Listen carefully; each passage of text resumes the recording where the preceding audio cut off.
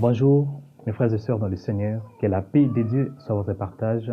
Soyez les bienvenus dans notre chaîne de prière Rima Web. Et je vous souhaite les meilleurs vœux. Nous sommes dans une nouvelle année 2020. Que Dieu vous bénisse, frère, mon frère, ma sœur. Nous sommes dans une journée nouvelle et une année nouvelle. Donc, moi, je crois que dans cette nouvelle année, Dieu va faire beaucoup de choses, des grandes choses. Et aujourd'hui, nous allons parler d'un thème très, très important. Et j'ai avec moi un homme de Dieu, un homme oint, un homme qui parle très bien. Mais avant de vous présenter l'invité d'aujourd'hui, je vous demande de suivre cette vidéo publicitaire, cette pause publicitaire. À toutes. Merci. Souscrivez-vous à notre chaîne YouTube Rema Web. En tant que membre de Rema Web, vous aurez accès à plusieurs fonctions. Tapez Rema Web. Après avoir tapé Rema Web, cliquez sur notre logo Rema Web. Cliquez sur Rejoindre. Choisissez l'onction qui vous convient en cliquant sur Rejoindre.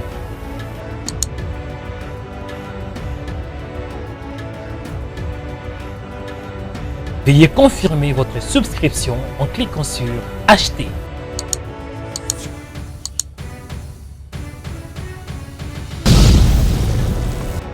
Devenez membre de notre chaîne YouTube Rema Web.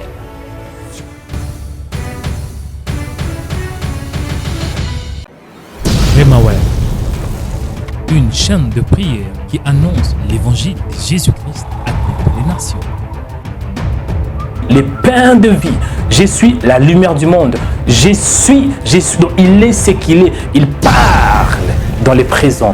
Aujourd'hui, Dieu va te toucher. Rema Web sur YouTube, une chaîne de prière qui a plus de 130 000 abonnés du monde entier avec de millions de vues, dont plusieurs vidéos. Des vidéos puissantes et édifiantes. Plus de 35 000 vues par jour pour la gloire de Jésus-Christ. Rema Web en France, Rema Web et en Côte d'Ivoire, Rema Web et au Cameroun, Rema Web et aux États-Unis, Rema Web à l'île Maurice et dans plus de 100 pays du monde entier. Pour faire passer vos messages, contactez-nous sur les numéros qui est affiché. Pour plus d'infos, tapez Rema Web sur YouTube. Chers frères et sœurs, que Dieu vous bénisse. Je suis votre frère dans le Seigneur, Mario Joël Onekanda, et nous sommes dans une nouvelle année 2020. Je ne suis pas seul, je suis avec moi un serviteur de Dieu, un homme qui parle très bien, et nous sommes aussi dans son émission École du savoir. Shalom, prophète. Shalom, bien-aimé Mario. Comment allez-vous? Je vais bien, merci. Très bien, par la grâce de Dieu. Déjà, je présente mes meilleurs vœux de prospérité et de santé. Merci beaucoup. Les spectateurs également, vous aussi. Merci beaucoup, merci. Et à vous aussi, merci beaucoup. Je pense que c'est la première fois que nous sommes en train de parler dans votre émission École du savoir. Évidemment, c'est la première fois. Je suis ravi déjà de me recevoir dans ce plateau, bien que ce soit mon émission, mais que vous avez accepté de partager ce plateau avec moi. Je suis ravi. Amen. Comment est-ce que vous allez dans cette nouvelle année 2020? Nous allons bien. Dieu nous a fait grâce. Vous savez, tout ce que nous avons et tout ce que nous sommes, c'est la grâce de Dieu. Dieu nous a fait grâce malgré les hauts et les bas. Nous sommes arrivés et nous avons aujourd'hui une nouvelle année. Donc, nous regardons sur le futur et le passé est resté dans le passé. Et nous prions que Dieu nous fasse beaucoup de bien pour cette année nouvelle.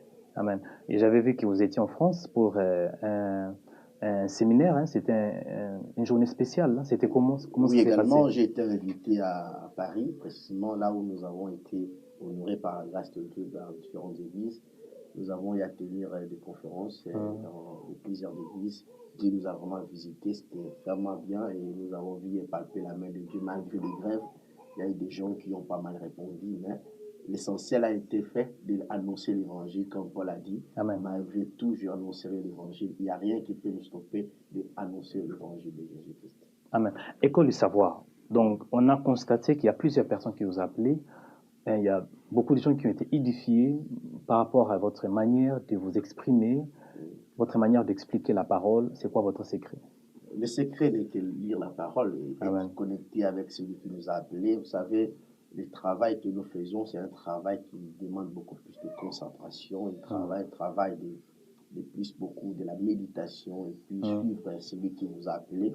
Mon plus grand secret, c'est d'abord être connecté en Jésus-Christ. Amen. Et je suis ravi pour l'attention que mon émission est en train de parcourir le monde. Et Presque plus de 15 000 vues hein, au les total. gens sont en train d'appeler de ça et là. Nous recevons pas mal d'appels aussi, de témoignages, au-delà des témoignages, même des choses incroyables dans des familles. Les gens témoignent ce que Dieu est en train de faire dans leur vie. Amen. Là, je peux que bénir Dieu parce que c'est ni par ma force, ni par ma grâce, je suis qu'un simple serviteur de Dieu. Donc, je ne m'accomplis pas de tout ce que je fais, c'est moi, mais c'est Dieu qui fait au travers de moi. Je bénis le Seigneur pour ça. Amen. En fait, nous sommes dans une nouvelle année, 2020.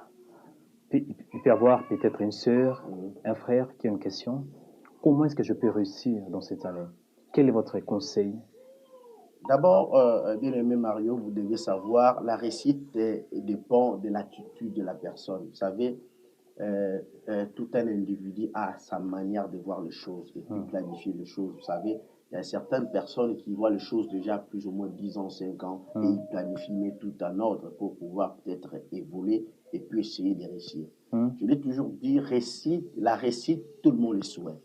Presque tout le monde. Bien que nous sommes dans une année nouvelle, chacun de nous avons fait des projets. Nous sommes assis autour d'une table et nous avons décidé que cette année, nous serons ceci, nous ferons cela. Année de prospérité, année de longévité, de succès. D'ailleurs, d'autres disent c'est l'année de conquête.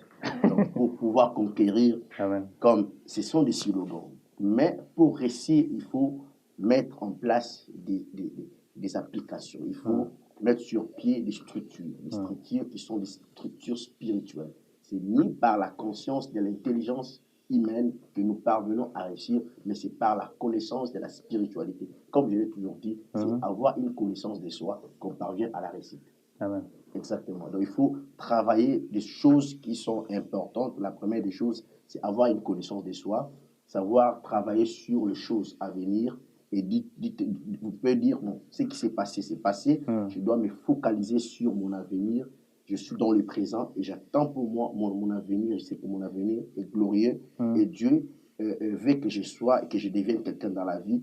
Qu'est-ce que Dieu attend de moi? C'est ça la grande question à poser pour réussir. Il faut d'abord savoir qu'est-ce que Dieu attend de moi dans l'année 2020. Parce que, mais comment peut-je savoir qu'est-ce que Dieu attend de moi? C'est ça les problèmes. Comment avoir cette connaissance? C'est ça les problèmes. C'est ça les problèmes parce que vous savez, il y a des gens qui sont peut-être, qui disent, voilà, si je n'ai pas réussi l'année passée, l'année ici, je vais réussir. Mais sans pour autant savoir qu'il faut d'abord savoir ce que Dieu attend de vous l'année qui vient. Cette année dont nous sommes, l'année 2020. Il faut se poser cette question. Qu'est-ce que Dieu attend de moi? Vous savez, si vous savez là où Dieu vous attend, vous êtes dans un territoire ou dans un environnement qui sont propices, là où Dieu veut que vous soyez. Vous n'allez pas forcer les choses. Je ne crois pas que vous n'allez forcer les choses. Les choses vont se passer automatiques. Et vous allez voir des bénédictions vous accompagner. En quelque sorte, la bénédiction, ce n'est pas non plus avoir les matériels comme nous pensons. La bénédiction, d'abord, c'est un état d'esprit. Un état d'esprit qui consiste à avoir la connaissance parfaite, exactitude de ce que vous êtes. J'ai les dons, j'ai les capacités, j'ai les potentialités, j'ai l'appel de Dieu. Et qu'est-ce que Dieu attend de moi pour cet appel? Voyez-vous? Et là, vous localisez, vous concentrez toute votre énergie et vous mettez en place ce que j'appelle la connexion divine avec Dieu. Voyez? Donc, vous ne pouvez rien faire sans pour autant demander la volonté de Dieu. Priez avant tout. Vous devez prier, demander la volonté de Dieu. Cherchez Dieu dans la prière. Cherchez Dieu dans la prière, dans la concentration. Cherchez Dieu dans la méditation et avoir un aperçu de ce que Dieu veut que vous soyez pour demain. C'est ça, les clés de la réussite. Amen. Rema Web est une chaîne de prière et puis il y a plusieurs vidéos de prière. Il y a beaucoup de gens qui nous suivent et nous sommes dans une nouvelle année 2020. On peut se poser la question, comment alors puis-je réussir ma vie de prière dans cette nouvelle année? Je l'ai dit tout à l'heure, pour réussir sa vie de prière durant toute l'année, c'est bien comment peut-être bien prier dans cette nouvelle année. Pour bien prier. Vous savez, j'ai toujours dit, il y a plusieurs manières de prier. Papa, Mario, il y a des gens qui prient parce qu'ils sont contraints de prier. Il y a certains qui prient parce qu'ils sentent mal. Il a un problème, peut-être un problème d'ordre financier ou d'ordre marital ou d'ordre peut-être, il veut avoir des enfants, d'autres familles, il veut peut-être composer une famille, alors il est poussé au bout de prier. Et aussitôt qu'il a tout ce qu'il a, tous ses besoins pour Il qui il n'aura s'est pas besoin de demandé, qui prier. s'est donné à la prière et qu'il ne peut plus prier. Il dit, Mm. ok, Dieu m'a exaucé, Dieu m'a donné, alors je ne peux plus prier.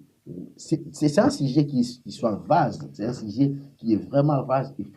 Il y a à boire et à manger dans ce sujet de la prière. Parce que les chrétiens pensent que tout le monde dit qu'il prie. Mm. Vous sortez demander, moi j'ai pris dans telle église, mais il n'y en a pas ceux qui pratiquent, sont peu qui pratiquent cette vie de prière. Mm. Voyez-vous? Non, c'est pas suffisant que de s'asseoir ou bien d'être dans un certain endroit, dans une chambre, prier, mais c'est pas suffisant. Non, c'est pas ça. C'est pas ça même le but de la prière. Voyez-vous, Jésus-Christ dit à ses disciples, là nous sommes dans le livre de Matthieu, l'Éternel est en train de dire, si nous sommes dans le livre de Matthieu chapitre 10, il est en train de dire à ses disciples, les disciples voulaient savoir comment ils devaient prier quand il y avait des problèmes. Et Christ dit, quand vous allez prier, ne multipliez pas des paroles. Là, c'est Christ qui dit, ne multipliez pas des paroles. Quand vous allez prier, priez notre Père qui est aux cieux.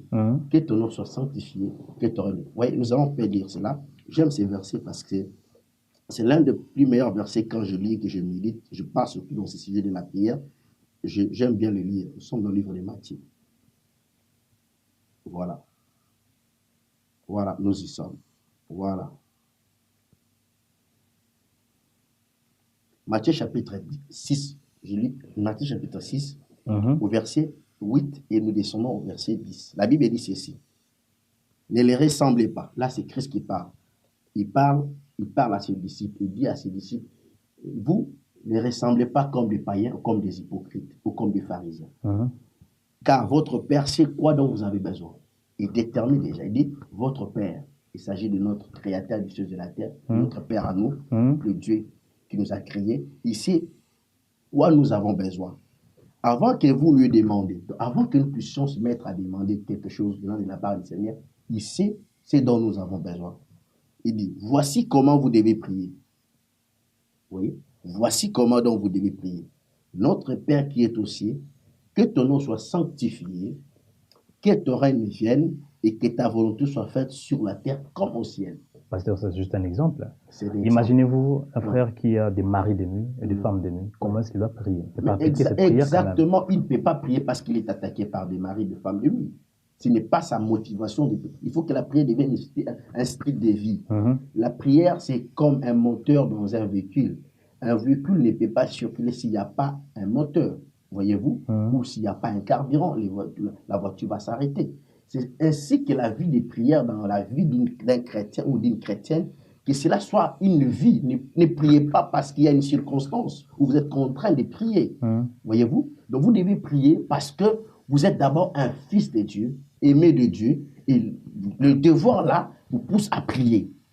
Nous sommes dans un terrain très glissant, dans un monde ici que nous sommes, c'est un monde bizarre, où il y a des esprits ça et là. Et vous devez d'abord mettre dans votre tête que nous sommes dans un état de guerre. Ici sur la terre, il n'y a pas un lit de repos.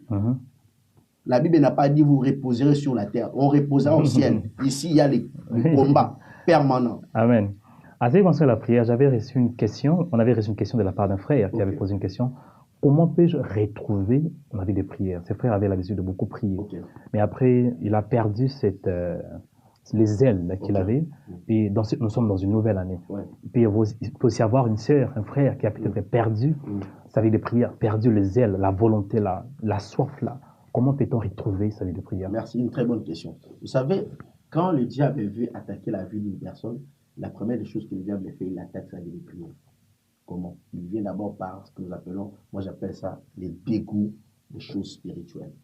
Vous commencez plus à s'intéresser à des choses qui vous attirent vers les besoins terrestres, les choses du monde, les plaisirs. Vous aimez plus les plaisirs.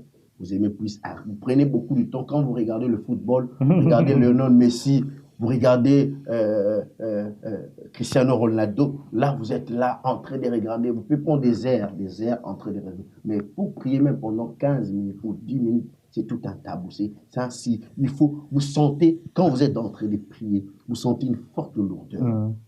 Voyez-vous? Donc vous êtes plongé, vous sentez comme si votre corps est abattu. Là, il faut comprendre tout de suite là, vous êtes dans le cible du diable. Donc le diable est en train de vous cibler parce qu'il veut vous affaiblir. Il y a des hommes ou des femmes qui sont des intercesseurs ou des intercesseurs permanents de leur famille. Si il ne prie pas, la famille ne va pas non plus réussir. Voyez-vous? Voyez l'homme de Dieu. Moïse était un homme puissant, très puissant. Moïse, quand il est monté à la montagne pour que les enfants d'Israël puissent vaincre le combat, Dieu a dit à Moïse que tes mains restent debout, restent élevées. Voyez-vous? Moïse se sentait fatigué. Il appela ses frères et ses frères ont tenu sa main jusqu'à le soir. Et plutôt que le main de Moïse était tendu au-dessus, était élevé, la victoire était sûre et certaine aux enfants d'Israël. Qu'est-ce que cela veut dire? Il dit, pendant que nous serons debout en train de prier, pendant que nos vies sont consacrées dans la prière, il y a la victoire dans nos familles, il y a la victoire dans nos affaires, il y a la victoire dans nos mariages, il y a la victoire dans nos relations, il y a la victoire dans nos vies quotidiennes, voyez-vous? Et le jour où nous stopperons de prier, le diable va nous attaquer. Donc, pour répondre à cette question, la personne qui sent déjà les fatigues, qui n'a plus le goût de la prière comme avant, il doit recourir d'abord, premièrement, il doit se recycler. Voyez? Il doit recourir à un homme moins, se confier à cet homme, et cet homme va prier pour lui, il va le télécharger, l'impacter, et il revient lui-même maintenant en train de prier, demander Dieu pardon, et demander à Dieu un nouveau manteau et un nouveau esprit qui va le pousser à bien être connecté. À ce moment-là, il va reprendre sa vie de prière. Amen. Après, il doit répondre sa vie de prière. Merci beaucoup. Merci mes frères et sœurs dans le Seigneur. Nous allons prendre une petite pause. Après la pause, c'est alors que nous allons continuer notre émission. Que Dieu vous bénisse et à bientôt. Remaweb, une chaîne de prière qui annonce l'évangile de Jésus-Christ à toutes les nations. Les pains de vie. Je suis la lumière du monde. Je suis. Donc il est ce qu'il est. Il parle dans le présent. Aujourd'hui, Dieu va te toucher. Remaweb sur YouTube, une chaîne de prière qui a plus de 130 000 abonnés du monde entier avec de millions de vues dans plusieurs vidéos. Des vidéos puissantes et édifiantes. Plus de 35 000 vues par jour pour la gloire de Jésus-Christ. Remaweb en France, Remaweb et en Côte d'Ivoire, Remaweb et au Cameroun, Remaweb et aux États-Unis, Remaweb à l'île Maurice et dans plus de 100 pays du monde entier. Pour faire passer vos messages, contactez-nous sur les numéros qui est affiché.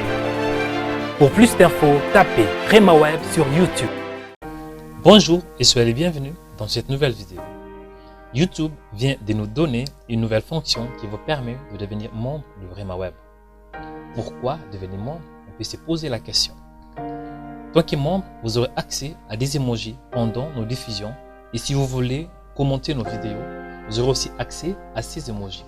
Par exemple, merci Seigneur, gloire à Dieu, Amen et plusieurs autres emojis. Et tant que membre de Remaweb, certaines vidéos seront prioritaires que pour vous. Cela signifie, lorsque nous allons publier une vidéo, elle sera disponible premièrement à nos membres. Et après un certain temps, la vidéo sera disponible pour tout le monde. À part ça, nous vous demandons de devenir membre de notre chaîne de YouTube parce qu'en devenant membre de Remaweb, votre contribution nous permettra d'améliorer notre chaîne. Votre contribution nous aidera à améliorer notre chaîne en achetant de nouveaux matériaux de médias afin de diffuser la bonne nouvelle de Jésus partout dans le monde. Il y a deux types de membres. Premièrement, membres de Remaweb en contribuant avec 5 € par mois. Et deuxièmement, super membre de Remaweb en contribuant avec 10 € par mois. Il y a une différence entre membre de Remaweb et super membre de Remaweb. Tant que super membre de Remaweb, vous aurez accès à plusieurs emojis et à plusieurs fonctions. On peut se poser la question, comment alors on peut devenir membre de Remaweb? C'est simple comme bonjour. Cliquez sur les boutons rejoindre. Après, vous allez automatiquement devenir membre de Remaweb. Merci aux nouveaux membres de la chaîne de Remaweb. Que Dieu vous bénisse.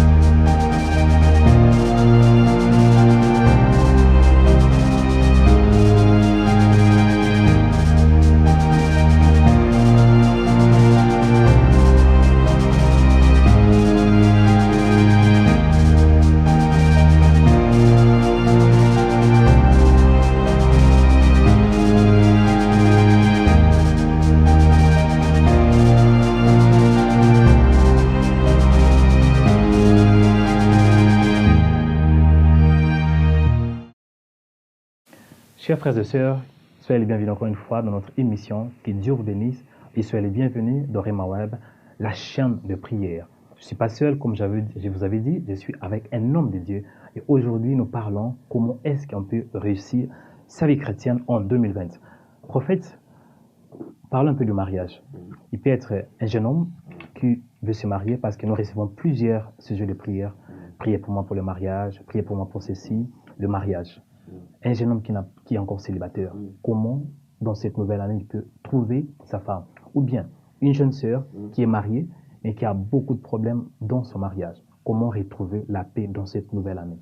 Voilà, dans les domaines sentimentaux, là, en tout cas, nous devons faire très attention, surtout parce qu'il concerne toute une vie. On s'engage pas parce qu'on sent vraiment le besoin de s'engager, d'entrer dans le mariage, mais on s'engage parce qu'on sait que quand on est dans le mariage, on est pour du bonheur. Vous savez, il y a des personnes qui sont mariées, j'ai vu des gens qui sont mariés, qui ont investi de l'argent, 20 000 euros, 30 000 euros, faire des mariages. Vraiment, quand vous entrez, vous dites, ah, waouh! Et après, durant une année, 2 ans, 3 ans, on parle de cette histoire. Les mariés est fini. Moi, je trouve bien, celle ou celui qui veut entrer dans le mariage, la première des choses, d'abord, il doit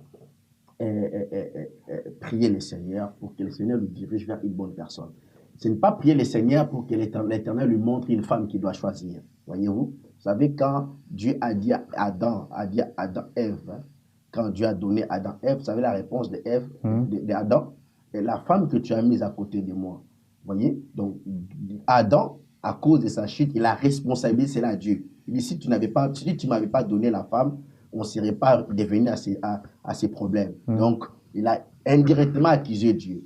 Donc, dans le domaine du mariage, moi, je trouve qu'il est important, quelqu'un qui soit d'abord mûr, mature. On entre dans le mariage parce qu'on est prêt, pas parce qu'on sent le besoin. Comment peut-on devenir mature alors pour le mariage? C'est ça la question, c'est ça la question. Il y a des cours, vous savez, même dans l'école du savoir, nous allons aussi donner des cours sur le mariage, sur les relations. Voilà pourquoi j'invite beaucoup de gens à s'abonner, parce que nous aurons, dans cette année ici, parler plus sur les relations, comment bâtir de grandes relations, comment construire des foyers. Vous savez, l'homme de Dieu, le mariage, c'est... Je suis un peu stigmatisé dans le sens qu'il y a des jeunes qui sont impressionnés par ce qu'ils voient de l'extérieur. Par la robe, la beauté. Nous étions invités dans un mariage de mon frère. Ah, je vois les gens, dis-moi si je veux me marier. L'année ici, je vais me marier. Seigneur, ils vont dans des églises en train de prier. Seigneur, donne-moi les mariages. Es-tu prêt? Ou es-tu prête? C'est ça les problèmes. Il ne faut pas entrer dans le mariage parce que l'autre s'est marié. Il faut entrer dans le mariage parce que tu as senti et tu as compris certainement, tu as acquis une certaine maturité. On acquiert la maturité qu'en lisant, en étudiant, en écoutant d'autres expériences. Voyez-vous? Donc, il faut lire, il faut prendre du temps de lire, aller faire des recherches sur le mariage, étudier, être formé d'abord, la formation va vous occuper. Aussi les caractères, l'homme de Dieu, c'est là où il y a les problèmes. Beaucoup d'hommes, beaucoup de femmes n'ont pas de caractère, voyez. Ils entrent dans le mariage par compétition, comme je l'ai dit, et aussitôt qu'il a déjà le mariage ou il a le mari, il est impoli. Il est insolent. Il ne respecte pas l'homme. Vous savez, l'homme, c'est un chef. Amen. L'homme, c'est surtout nous, dans notre culture africaine, j'ai toujours dit que l'homme aime être honoré. C'est là, je ne dis pas pour que les hommes prennent le zèle. Non, je dis parce que l'homme aime être honoré. Voyez-vous? La Bible dit que la femme soit soumise. Mais l'homme doit aussi aimer. L'homme doit aimer. Parce qu'on là, nous y arriverons. L'homme doit aussi aimer. Nous y arriverons, l'homme de Dieu. Nous y arriverons. La condition... Parce que la plupart des hommes ne sont pas aussi des modèles. Nous y arriverons. Okay. Je vais vous donner même pourquoi beaucoup d'hommes aujourd'hui sont plus ceux qui sont. Ils n'aiment plus parce que, surtout en Europe, la culture européenne fait en sorte que les femmes prennent le dessus. Vous savez, quand une femme paye le loyer, quand une femme contribue, quand une femme travaille déjà, qui gagne ce sou, elle est capable de pouvoir subvenir à ses besoins seule. Voyez-vous, cette femme se prend déjà, elle se dit que tu sois là, que tu ne sois pas là, je vais vivre. Et c'est à un homme maintenant de casser cette ampleur. C'est à un homme d'imposer sa discipline. Et pour la position d'un roi, comme je l'ai dit, la position de maître. Et pour que l'homme prenne la position de maître, qu'est-ce que l'homme doit faire? l'homme doit travailler aussi, ramener l'argent à la maison et il donne à sa femme et il montre aussi à sa femme que c'est moi qui gère la maison. Tu as ton argent, mais c'est moi qui gère. Tes besoins, c'est moi qui dois supporter tes besoins. Les besoins de la nourriture de la maison, c'est moi. Mais quand l'homme ne parvient pas à faire cela, il y a beaucoup d'hommes qui gagnent de l'argent, mais qui ne partagent pas avec leurs femmes, qui ne font pas preuve d'une maturité, qui ne font pas preuve des responsables. Voyez-vous? Et là, maintenant, c'est là où il y a un problème. Les femmes deviennent de plus en plus têtues parce que la femme ne te respectera pas parce que tu portes le veste. La femme ne te respectera pas parce que tu dis que tu es l'homme. Tu as les pantalons. Non, la femme te respecte parce que tu prends charge de ses besoins. Tu travailles. Tu travailles et tu accompagnes, tu nourris ta famille. Même la Bible dit, c'est lui qui ne prend pas soin de sa famille, qui soit anathème. Donc l'homme l'homme en masculin doit prendre soin de sa famille. Voilà pourquoi il y a des raisons, il y a beaucoup aujourd'hui de femmes deviennent de plus en plus têtues. Et voyez-vous un homme qui travaille, qui n'amène rien dans la maison, ou un homme qui ne travaille pas, et comment tu veux qu'une femme te respecte? La femme ne va pas te respecter, parce que c'est que celui qui paye les loyers, celui qui paye les factures, celui qui fait tout. Elle fait tout ensemble. Et toi, tu es là seulement quand il faut faire des enfants. C'est au lit que tu es chef. Ah là, tu te dis, je suis un homme. Mais non, la femme ne va pas te respecter. Amen. Mais il y a aussi d'autres femmes, même si vous faites tout, même si vous apportez de l'argent, même si vous amenez, vous faites comme vous êtes le roi, mais comme c'est sa nature, elle est comme ça, elle ne va pas non plus vous respecter. Elle va commencer à se comparer avec vous. Ben, moi, je gagne par exemple 3 000 euros, toi tu gagnes 1500 euros, donc c'est moi qui est le chef. Comment l'on vivre dans l'harmonie? Mais c'est ça la question, c'est d'abord dialoguer. La communication, les dialogues, il n'y a plus mieux que ça. Parler entre le couple, les conjoints. Et si ça arrive qu'on parle, mais il n'y a pas de solution? Ça arrive qu'on se communique, mais il n'y a pas, on n'aboutit pas à des choses concrètes. Que faire alors? Dans le couple, il faut que l'un ou l'autre s'abaisse et l'autre croît. Vous savez, le problème, c'est quand tout le monde veut prendre le dessus. Il n'y a pas quelqu'un qui veut être subalterne. Tout le monde veut être maître. C'est là où il y a un problème. Donc, il faut, par un moment, une femme ou un homme, la plupart des cas, ce sont nous les hommes. Nous voulons toujours avoir raison. Je suis un homme, c'est moi le maître, c'est moi qui décide. C'est moi le chef. C'est moi le chef. Dans la plupart des cas, moi j'ai compris une chose. Toutes les femmes ont toujours eu raison.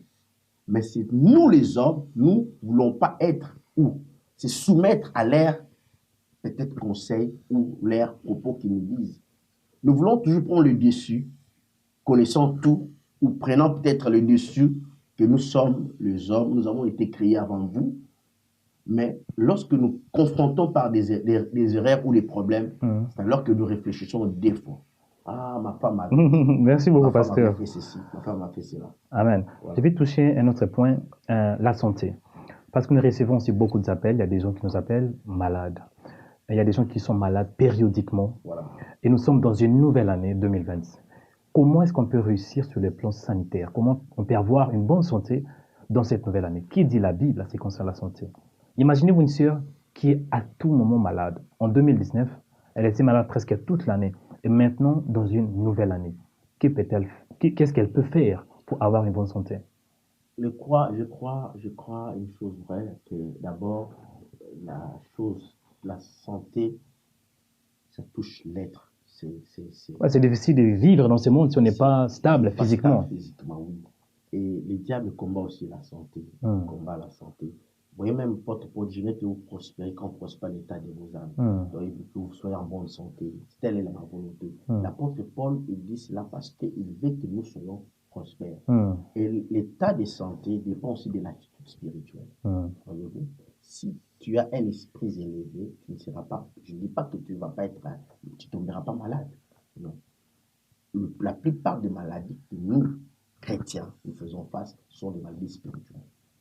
Là, il ne faut pas les négliger. Il ne faut pas non plus mettre cela à côté. Bien que nous sommes dans un pays où il y a la médecine, mais la plupart des problèmes sanitaires proviennent aussi du microbe de l'environnement. Là, je sais, là, je parle, moi, je ne suis pas ici médecin. Moi, je suis prophète, je suis pasteur. Donc, je parle sur le problème spirituel. Amen. Parce que c'est une question qui ne réagit pas sur le plan biologique, c'est une question scientifique, non, c'est une question spirituelle. Donc, je dois répondre aussi avec plus beaucoup de la vision spirituelle.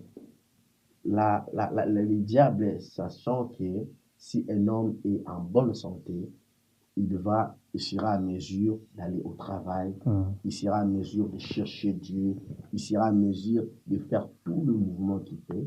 Alors le diable combat la santé par ses envoyés, ses mystères, des démons. Vous voyez, ils viennent attaquer, ils viennent avec des maladies qui perdurent. Vous voyez, donc vous savez, des personnes qui souffrent de diabète, tellement la famille, tout le monde est diabétique. Cancer, ce sont des maladies diaboliques. Qui parfois viennent de génération en génération. La maman était malade de la même maladie et l'enfant. Exactement. Si vous voyez cela exister dans votre vie, que devez-vous faire? C'est ça la question que vous m'avez posée.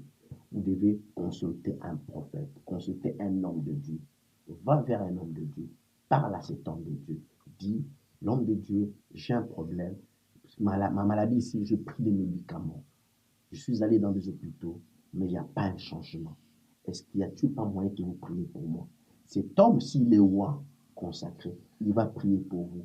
Et par sa prière, Dieu va guérir. Vous voyez, Dieu veut que nous soyons en bonne santé. Et Dieu va guérir par la prière. Donc, si vous sentez que cette maladie a perduré, ce n'est plus une maladie normale. C'est la maladie spirituelle. C'est une malédiction. Bien de là, des causes aussi, comme nous parlons ici spirituelles, il y a des démons, des maladies héréditaires. Vous voyez, vos arrière-parents ont souffert de cette même maladie et vous aussi, vous continuez le même rythme, le même symptôme. Donc, il faut chercher des hommes loin, des pasteurs, des prophètes, où vous entrez en contact avec un homme de Dieu qui craint le Seigneur, il va prier pour vous, il va vous impacter et cette maladie va disparaître. Je crois fermement. C'est ça la bonne solution. Amen. Ok, je vais toucher un autre point. En fait, nous sommes en train de parler comment on peut réussir en 2020. Je pense qu'il y a un point qui est essentiel aussi, c'est les finances. Nous recevons plusieurs appels à ces questions. Les finances, comment est-ce qu'on peut briser les blocages? La question est simple. Comment réussir sur le plan financier en 2020, prophète? Il y a des astuces que je vais souligner sur cette question. Donc, ma première préoccupation est d'abord, pour répondre à tes questions, c'est celui ou celle qui veut s'épanouir financièrement, il doit d'abord se regarder. Qu'est-ce qu'il fait quand il a l'argent? C'est ça les problèmes. Vous savez, l'argent a un pouvoir. J'ai toujours dit, l'argent c'est le sacrifice, l'argent c'est le sang. Tu peux travailler, tu peux avoir de l'argent, mais tu ne peux pas vivre avec l'argent. L'inconstance, c'est-à-dire tout argent qui vient dans vos mains, vous utilisez cela bénévole. Vous n'arrivez pas à faire asseoir l'argent avec des projets concrets. Vous ne réalisez pas des projets concrets avec l'argent. Il y a des manières dont je vais répondre dans cette question. Pour les chrétiens, je parle ici pour les chrétiens. Écoutez, dans chaque arbre, quand l'arbre pousse, il y a le fruit. Et dans chaque fruit se cache la semence. Ayez l'habitude, quand vous mangez les fruits, et vous consommez la semence, n'attendez pas une récolte. C'est très profond. Oui, n'attendez pas une récolte. Le mystère de l'argent, ce n'est pas faire des prières du matin au soir, je brise, je chasse. Briser la pauvreté. Je brise la pauvreté. Il y a des possibilités pour réussir. La première des choses, c'est travailler. La deuxième des choses, c'est investir dans l'œuvre. Des choses. Ayez l'habitude de ne pas consommer la sémence. La sémence n'est pas faite pour la consommation. La sémence est faite pour être sémée et après les saisons être récoltée. Voyez-vous, j'ai eu la grâce d'être... J'étais à l'internat. Je vis pendant la saison, les mamans vont récolter le noix d'arachide. Quand ils vont percevoir, je vois ma tante à moi prendre une quantité, garder quelque part. Je la pose la question, je dis, pourquoi vous gardez? Elle me répond, je garde ça pour la saison prochaine. quand la saison viendra, je vais s'aimer et nous allons récolter. C'est ainsi va la vie. Donc, il y a assez pour manger, il y a assez pour garder. Et on ne garde pas dans la maison. Amen. Voyez-vous, la Bible dit apportez vos dîmes et vos offrandes. Là, c'est un autre sujet. Dans la maison de Dieu, pour qu'il ne manque pas. C'est lui qui sème avec joie, moissonnera aussi. Celui qui sème avec la larme, qui sème avec beaucoup plus de friction, il sème avec des difficultés. Le jour de la moisson, il récoltera. Mais pasteur, c'est très bien ce que vous dites. On avait reçu une question de la part d'une sœur qui avait posé ainsi. Moi, j'ai donné la dîme. J'ai fait tout ça. J'ai donné les offrandes, la dîme. Mais jusqu'aujourd'hui, je ne reçois rien du tout. Ça ne marche pas sur le plan financier. Là, ce n'est pas plus son problème à lui. C'est le problème là où il sème. OK. Parce donc, on peut semer dans une mauvaise... Dans un mauvais endroit. terre, oui. Vous savez quoi? Il y a quelque chose, je vais vous choquer. Vous pouvez, avant que vous puissiez s'aimer, d'ailleurs, je vous ramène dans notre propre pays, Congo-Kinshasa, nous avons eu toute une série de Bukangalonjo. Connaissez-vous cette histoire de Bukangalonjo? À peu près. À peu près, voilà. Comment cela est fini? Il n'y a pas de récolte dans Bukangalonjo. Pourquoi? Parce que les gens ont mal exploité le terrain. Avant d'exploiter, avant de s'aimer, il faut l'étude du terrain, l'étude de la terre, du lieu où vous s'aimez, afin de pouvoir récolter. Vous voyez? Donc, quand vous donnez des offrandes, quand vous faites des dons, quand vous baptisez des hôtels sur des offrandes, sur dans différentes églises, ou par un homme de Dieu ou un aussi, et après, vous ne recevez pas des retours de bénédictions, posez-vous la question, cet homme, il est loin, ou je suis dans une bonne place? Donc pour recevoir, ça dépend aussi de là où nous sommes. Exactement, l'homme de Dieu. Exactement. À chacun de nous, Dieu a fait des alliances. Voyez-vous, vous ne pouvez pas s'aimer dans un endroit où il n'y a pas la vie sur le plan spirituel, le plan matériel, financièrement. Si vous s'aimez dans un environnement où la terre est maudite, n'attendez pas une récolte. N'attendez pas une récolte. Voyez-vous, n'attendez pas une récolte. Donc il faut, quand vous s'aimez ou quand vous donnez, pour que vous puissiez recevoir, vous devez s'aimer sur une bonne terre. C'est clair. Il n'y a pas de 4 chemins, il y a seulement un principe. Donnez et il vous sera donné. Donc, même, ne donnez pas seulement à des hommes de Dieu. Vous pouvez même donner dans des orphelinats. Vous pouvez même donner, faire nourrir même le veuve, s'il faut. Mais il faut savoir, et la culture des données. Mais pourquoi ça arrive que dans nos églises, nous voyons comment il y a beaucoup de difficultés avec beaucoup de chrétiens sur les plans financiers? Mais parce que... Il y a beaucoup, en fait, même à part dans les églises, nous recevons plusieurs appels. Je sais. La plupart des appels dans Rema Web, c'est les problèmes financiers. Pourquoi tant des problèmes? Les problèmes financiers, c'est un problème majeur. C'est un problème qui touche, que tu sois chrétien, que tu ne sois pas chrétien, il y a toujours eu des problèmes comme ça. Mais ce que j'ai compris avec des païens, je le dis, surtout avec ceux qui ne sont pas de notre obédience, les chrétiens, ils ont développé, par exemple les musulmans, ils ont développé une connaissance des matières de pouvoir dominer sur l'argent. Tu n'as pas dit l'homme de Dieu. Ils savent donner. Ils savent donner. Et on les appelle, on appelle ça, je sais pas, sadaka. Ils savent faire des dons. Ils savent comment... Vous savez, nous les chrétiens, nous plaignons beaucoup. On se plaint. Mais pourquoi? Si on ne donne pas, est-ce que ça peut être dû qu'on n'a pas la foi? On ne croit pas que si on donne, ou bien c'est quoi le problème? Dans la matière de donner, il n'y a pas... Quand vous parlez de la foi, là où vous entrez dans le domaine de recevoir quelque chose. Mais quand vous donnez, vous ne donnez pas pour recevoir quelque chose. Vous donnez, vous y entendez que Dieu va vous bénir d'une manière inentendue. Moi, je ne te donne pas parce que je sais que tu vas me donner. Non. Je sais que quand je te donne peut-être l'autre côté, Dieu va me récompenser d'une manière ou d'une autre. Je n'ai pas ma foi en toi.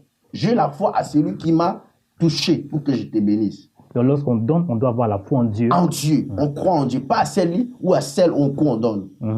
Il y a des gens qui s'attachent à un pasteur. Ah, moi, je donne mon pasteur. Je sais que Dieu va me... Non, tu crois à pasteur un homme. Crois à celui qui t'a dit. Parce que donner aussi, il faut être convaincu. Là, je donne un conseil à tous nos téléspectateurs. Si vous n'êtes pas convaincu et que votre cœur vous ne sentez pas la conviction en vous qui montre de pouvoir faire un geste, ne faites pas. Même si vous allez dans une église, on appelle l'offrande. Venez donner. Venez donner. Appelle les fonds. Mais l'appel des fonds, pour faire quoi avec cet argent? Ce sont toujours nos besoins, c'est les besoins des hommes de Dieu qui multiplient. Là, c'est un autre sujet. Nous y reviendrons peut-être. Je pense qu'on doit en parler, parce que c'est très important. Mais pas maintenant, parce que je ne vais pas toucher un domaine qui poussera. Il y a beaucoup de choses à en parler, c'est concerne le financement. Beaucoup d'hommes de Dieu commenceront à maïr, mais peu importe. Donc, je parle ici, si vous allez dans une église, ou vous allez dans une conférence, ou peut-être une croisade évangélique, et l'homme de Dieu qui fait l'appel des fonds, et vous sentez dans votre fond qu'il n'y a pas en vous la conviction forte, ne donnez pas. Quelque chose qui cloche. Même si on vous pousse, donnez, il vous sera. On vous donne plusieurs versets de donner. On doit donner avec joie, dit la Bible. La Bible dit donner avec joie. Et quand vous ne sentez pas, ne donnez pas. Quand vous allez donner, c'est à vous peut-être de les récolter. Merci beaucoup, homme de Dieu. Merci beaucoup. Là, c'est que vous n'avez pas fait avec votre fruit de conviction, c'est un péché, comme dit la Bible. Il y a beaucoup à en parler. Je pense qu'on doit revenir à ces sujets sur les plans financiers. Merci. Nous sommes presque à la fin, donc nous sommes dans une nouvelle année 2020. Quel est le mot de la fin à tous ceux qui nous suivent à travers notre chaîne de YouTube, remaoueb.com, Facebook et dans plusieurs réseaux? Quel est le mot de la fin pour réussir en 2020? Bon, ça ne sera pas les mots de la fin parce que Jésus-Christ n'est pas encore de retour. Ça sera peut-être les mots pour clôturer notre émission. Pour clôturer, voilà, pour résumer. Résumer notre émission. J'aimerais ici, entre deux jeux, lancer un appel à tous ceux qui sont enfants de Dieu, ceux qui veulent réussir, ceux qui veulent voir leur vie changer. Vous savez, mon bien-aimé Mario, les années ne changent pas la vie des hommes. Vous voyez, nous étions vers l'année 2019 et nous sommes maintenant à l'année 2020. Ce n'est pas parce qu'il y a une année qui a changé que nos vies aussi changeront. Non, loin de là. Les années n'apportent pas les bonheurs. N'attendez pas que les années vous apportent du bonheur, sinon vous serez déçus. Les années ne changent pas la vie. Il n'y a que Dieu qui change la vie. Et pour que cela arrive dans votre vie, il y a deux possibilités de choses pour lesquelles vous devez faire. La première des choses, vous devez vous consacrer à Dieu.